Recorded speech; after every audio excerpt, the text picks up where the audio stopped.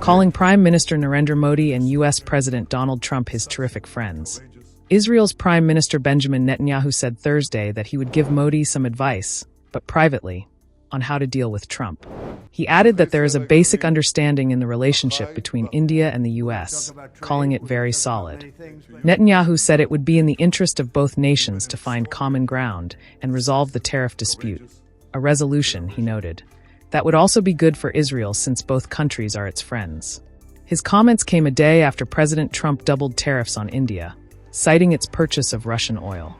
In an almost 45-minute interaction with Indian journalists, Netanyahu revealed that Israel had supplied military equipment to India before Operation Sindoor. Equipment he described as battle-proven and highly effective. Calling for greater cooperation in intelligence sharing, counterterrorism, and high technology, he expressed a desire to quickly wrap up mutual defense and economic agreements. On the ongoing war in Gaza, Netanyahu stressed that Israel's plan is not to occupy or annex the territory. Instead, the goal is to destroy Hamas, secure the release of hostages, and then hand over Gaza to a transitional government, never to the Palestinian Authority or Hamas.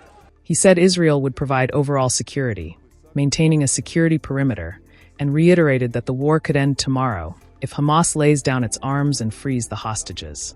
He also called for Gaza to become a demilitarized zone and said Israel believes Donald Trump deserves the Nobel Peace Prize for his role in ending conflicts and facilitating the Abraham Accords. On defense ties with India, Netanyahu repeated that Israeli equipment used during Operation Sindoor was tested on the battlefield, not just in labs.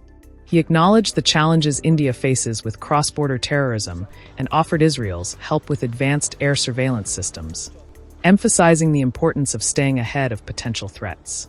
Netanyahu praised the transformation in India-Israel ties under Prime Minister Modi, noting a move away from so-called neutrality toward a warm friendship. He voiced strong support for the India-Middle East-Europe Economic Corridor, calling it a corridor for future economic growth, and expressing optimism about its implementation.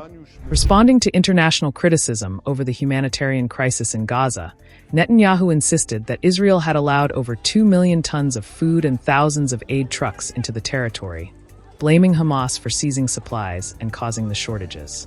He dismissed some reports of starving children as fake, while noting that the hostages in Gaza were truly facing starvation.